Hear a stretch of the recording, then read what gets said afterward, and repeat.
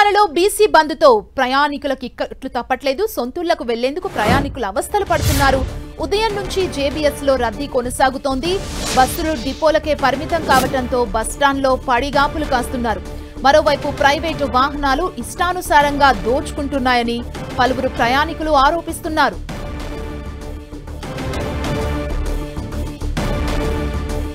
JBS నుంచి మరింత సమాచారం మా ప్రతినిధి అజయ్ అందిస్తారు. బీసీ సంఘాలు ఇచ్చిన బంద్ ఇంపాక్ట్ పబ్లిక్ పైన తీవ్రంగా ఉన్నటువంటి పరిస్థితి కనబడుతుంది. ఎందుకంటే దీపావళి కావడంతో అంతా కూడా ఇంటికి వెళ్లేందుకు సిద్ధమయ్యారు.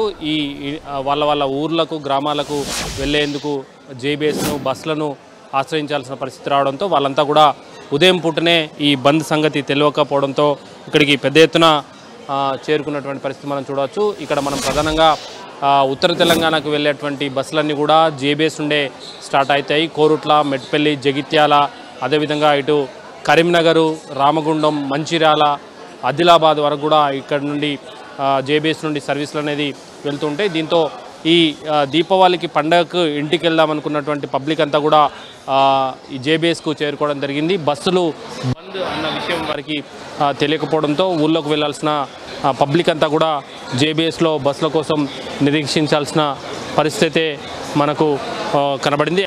మేము అసలు బస్సులు బంద్ అని తెలియదు. నైటు మా బిడ్డ వాళ్ళ ఇంటికి వచ్చిన బస్ స్టాండ్కి ఇక్కడికి వచ్చినాక బంద్ అని అన్నారు. ఇప్పుడు ఎట్లా పోడు మా పరిస్థితి? మా అలాంటి ఏజీ వాళ్ళు ఏదైనా తట్టుకోరు. బీపీ, షుగర్లు అన్నీ ఉన్నాయి. సడన్గా ఇస్తే మేము ఎటు పోవాలి? క్యాబ్ బుక్ చేసుకోవాలంటే 400, 500 అంటారు ఒక్కరికి. నలుగురు ఉన్న వాళ్ళు ఎట్లా పెట్టుకుంటే డబ్బులు లేకపోతే? మాకు తెలియదు. కనీసం సూపర్ లగ్జరీస్ ఉంటాయని ఎక్స్పెక్ట్ చేసి వచ్చినాం, కానీ లేవు, అన్నీ బంద్ అని చెప్తున్నారు. కానీ ఇంకా మాకు ఇన్ఫర్మేషన్ ఇస్తే బాగుంటుంది, ఈ టైంకి స్టార్ట్ అవుతుంది అని అంతే ఎక్స్పెక్ట్ చేస్తున్నాం. ఎప్పటి నుండి ఎన్ని గంటలకు వచ్చారు? 4 o'clockకి. అప్పటి నుంచి బంద్ అని తెలుసా మీకు? అంటే ఐడియా ఉంది, బట్ మార్నింగ్ 10 వరకు నడుస్తాయేమో అనుకున్నాం. ఏం చెప్తారు ఇప్పుడు? ఏం లేదు, వాళ్ళ అవసరాల కోసం ఇటు ప్రయాణికులను ఇబ్బంది పెట్టడం కరెక్ట్ కాదు కదా. సో బస్సులను నడిపిస్తే ఈ జనాలందరూ క్లియర్ అయిపోతారు. సో అందరికీ ఈజీగా ఉంటుంది వెళ్ళడానికి.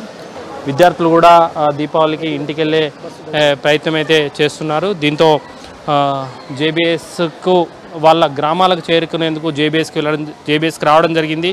దీంతో పెద్ద ఎత్తున ప్రయాణికులంతా కూడా ఇక్కడికి చేరుకోవడంతో జనసందోహంగానైతే జేబీఎస్ మారింది. కానీ బస్సుల మూమెంట్ లేకపోవడంతో అంతా కూడా ఎక్కడికక్కడే కూర్చొని నిరీక్షిస్తున్నటువంటి సందర్భం అయితే మనం చూడవచ్చు. ఇటు చూడవచ్చు, పబ్లిక్ ఎటు చూసినా కూడా జేబీఎస్లో జనాలు ఉండడం జరిగింది.